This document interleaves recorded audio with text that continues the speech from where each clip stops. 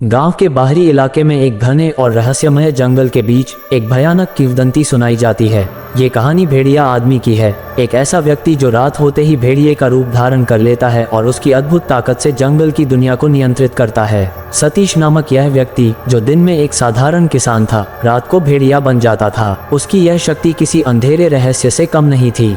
गांव के लोग उसे लेकर भिन्न भिन्न प्रकार की कहानियां सुनाते थे। एक दिन गांव में अचानक एक नई समस्या आ गई। एक अदृश्य और भयावह राक्षस ने जंगल की गहराइयों से निकलकर गांव पर हमला कर दिया। ये राक्षस एक विशाल, भयंकर और अदृश्य प्राणी था, जिसे गांव के लोग दहाड़ू राक्षस के नाम से जानते थे। दहाड़ू राक्षस ने गांव के कई घरों को तबाह कर दिया और उसके आतंक ने पूरे गांव को हिला दिया। गांव के बुजुर्गों ने आपातकालीन बैठक बुलाई और तय किया कि इस राक्षस का मुकाबला करने के लिए विशेष प्रयास करने होंगे। कई गांववासियों ने सोचा कि सतीश की भेड़िया शक्ति इस राक्षस का मुकाबला करने में मदद कर सकती है, लेकिन इसके लिए सतीश को खुद अपनी शक्ति को नियंत्रित करना होगा और इस राक्षस के खतरे का सामना करना होगा। गांव के बुजुर्गों ने सतीश से संपर्क किया और उसे स्थिति की गंभीरता के बारे में बताया। सतीश ने महसूस किया कि अगर वह अपनी भेड़िया शक्ति का उपयोग सही तरीके से नहीं करेगा तो गांव के लिए संकट और बढ़ सकता है। उसने एक साहसिक योजना बनाई। रात के अंधेरे में जब सतीश भेड़िया बन जाता था, वह जंगल के अंदर गहराई में जाकर दहाड़ू राक्षस की तलाश में निकल पड़ा। जंगल की गहराइयों में जाकर उसने देखा कि राक्षस की मौजूदगी की गंध और भयंकर दहाड़ें उसे पता चल रही थीं। सतीश ने धीरे धीरे राक्षस के ठिकाने की ओर बढ़ते हुए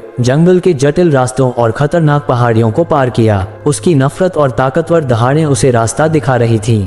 आखिरकार उसने राक्षस की छांव देखी।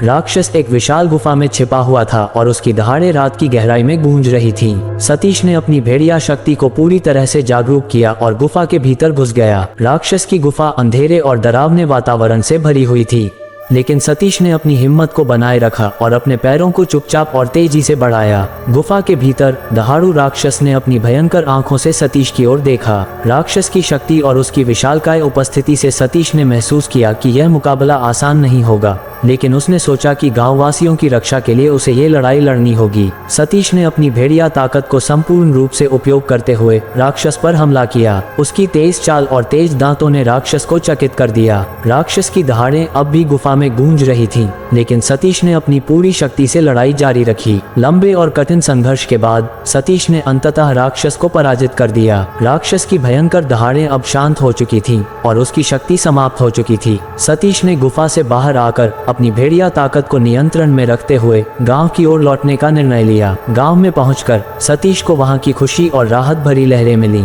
गांववासियों ने उसकी बहादुरी को सराहा और उसकी वीरता की कहानियों को संजोया। सतीश ने अपने भेड़िया रूप को छिपाकर अब केवल एक साधारण किसान की तरह जीने का निर्णय लिया, लेकिन उसकी साहसिकता की कहानी गांव में पीढ़ियों तक जीवित रही। सतीश की यह साहसिक कहानी केवल उसके अपने बल की नहीं थी, बल्कि यह उस समर्पण और बलिदान की भी कहानी थी जो उसने अपने गांव के लिए किया। उसकी वीरता ने यह साबित कर दिया कि सच्चे दिल और साहस से बड़ी समस्याओं का सामना किया जा सकता है। और इस प्रकार सतीश की कहानी एक प्रेरणा बन गई, जो हर किसी को अपने आंतरिक बल को पहचानने और उसका उपयोग सही दिशा में करने की प्रेरणा देती है।